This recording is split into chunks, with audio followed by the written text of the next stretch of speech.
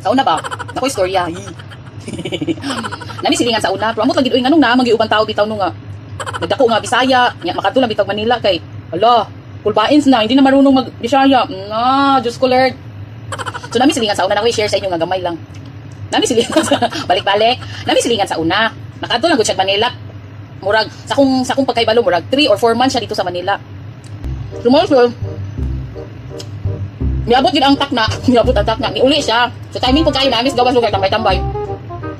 Matimingan man mi nga naa lugar min. Lakaw sa dihang, nalilisang talaga ako. Nagtanong-tanong siya. Nagtanong siya sa amin, tatanawa lagi asa po ko natatakda na ako. Ana pa siya, oh.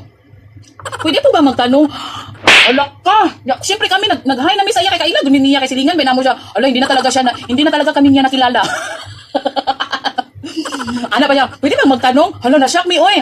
Nga gamitan nga mi, kaya wala na siya kaila sa amuan. Yan ang nagtagalog na siya, nga, pwede ba daw magtanong? Siyempre, nagtubag-tubag din kami na, sige, pwede. Sa mukha, eh. Tapos ang nakakahadlok, guys. Yan, nara ko din sa unahan ng ilang balay. Hala, hindi na siya nakakatuod. Hala, grabe na talagang pangyayari sa mundong ito.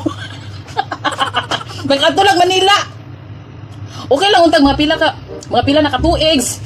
Hala, oy, tulo og Diyos ko, 4 months naman good, hindi na siya nakabalo magbisaya. Hala, oy, nakakagilingig talaga paminawin eh.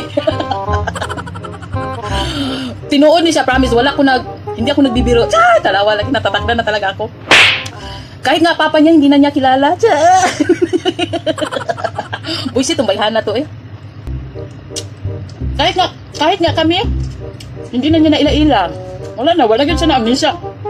Ako mangani sa una nga, hapit na manggali ko na artista sa Manila tungkol sa dugay na ako nakalarga pa doon ng Hong murag 5 na siguro ka bulan. Ginoo ko magpasalamat manggali ko maka-encounter ko mga driver, maka-encounter ko mga tao dito nga Bisaya, kay balipad ko kay ginoo ko naglalaban talaga akong ulo basta mag-Bisaya, magtagalog ko murag nangingilngigan ako paminawin. Sa mukha eh. As in promise kalipay gid taon ako sa una nga maka-met ko kanang mga Bisaya kay subuoy mura mag subuoy makalilisang talaga kung magtagalog murag nya mapangka ra bigi kayo eh sambot na lang rukato siya 3 to 4 months ra wa na siya nakatuon sa ilang balay wala na siya kabalog Bisaya. Grabe tong bayana to ya amot ewan ko kung saan na siya. Ako magaling mamagpapa nga nagdako magaling Manila Diyos ko tuduan magaling Bisaya nalagi uban tao mga jealous kayo Diyos ko saan man nalugan ako magtagalog ka eh di man ta makakwarta ana eh. Moto siya guys, tinuod na ako i-share sa inyo. Unang kita, magpasalamat na nga. Bisaya ta, oy proud na Bisaya. Di na lang ta magparuingon ng pilar kita kabulan sa Manila na. Diyos ko. Nagtinalugan ako. Kamu to siguro mag-ining dito. So mo na to siya kay mukaon sa puro.